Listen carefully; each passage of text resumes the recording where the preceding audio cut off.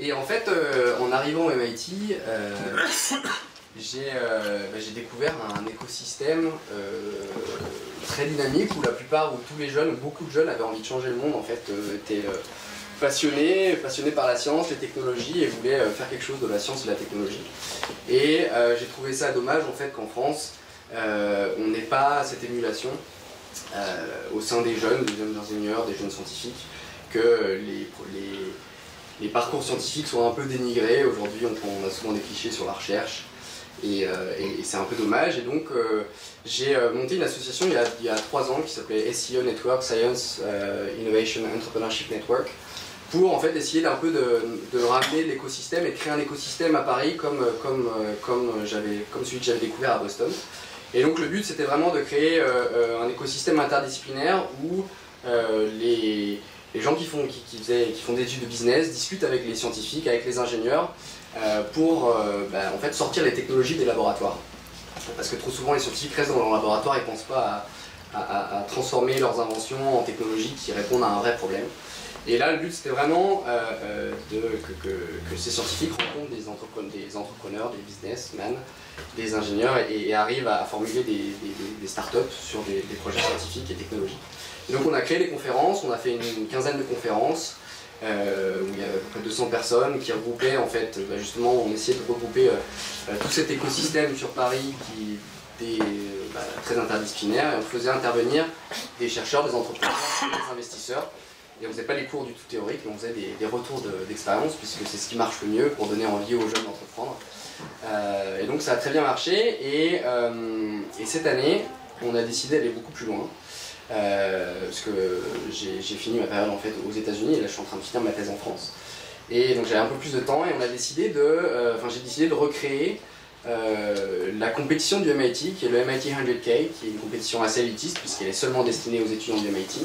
Une compétition de start-up où le grand vainqueur récupère 100 000 $. Et donc je me suis dit que c'était vraiment dommage qu'il n'y ait pas ça en France. Et donc on a créé, j'ai regroupé une petite équipe de 5 bénévoles au début, et puis maintenant on est 15 sur Paris et 70 à l'international. Donc ça c'était en juin dernier, j'ai regroupé une équipe pour essayer de lancer ce projet, essayer de transposer cette compétition de start-up technologique à la France. Et puis ça s'est très vite développé en fait dans quelque chose d'international, puisque convaincu que quand on parle de start-up technologique aujourd'hui, il faut penser global, il faut parler anglais, et il faut que ce soit en anglais. On a décidé de faire tous ces événements, toute cette compétition en anglais. Et on s'est dit, c'est trop dommage de le cloisonner à la France, donc autant l'ouvrir à toute l'Europe. On n'a pas fait le monde cette année parce que ça aurait été un peu trop compliqué. Mais on a ouvert à toute l'Europe, et on a décidé de lancer cette compétition avec 100 000 € à la clé. Donc 100 000 € pour le projet vainqueur dans 5 catégories. Donc les catégories sont des catégories...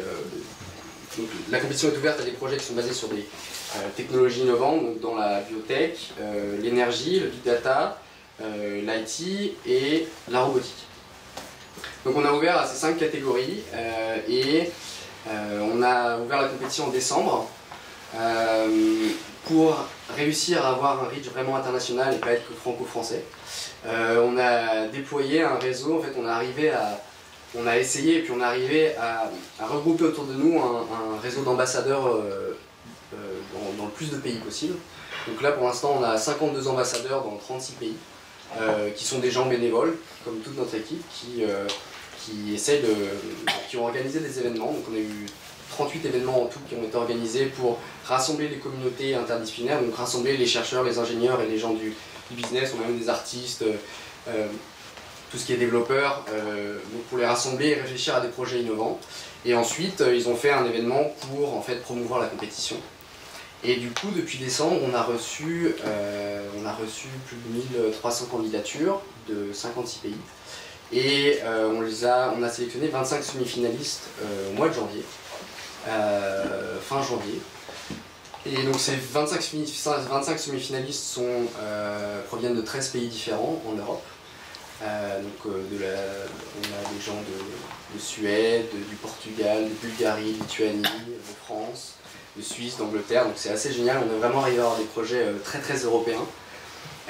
Et donc là, pendant 2 mois, du coup de fin janvier jusqu'au 18 avril, qui est la grande finale, on leur a concocté une sorte de mentoring. Donc ces équipes sont constituées pour toutes, donc ça c'était un des critères, il fallait que les équipes soient interdisciplinaires.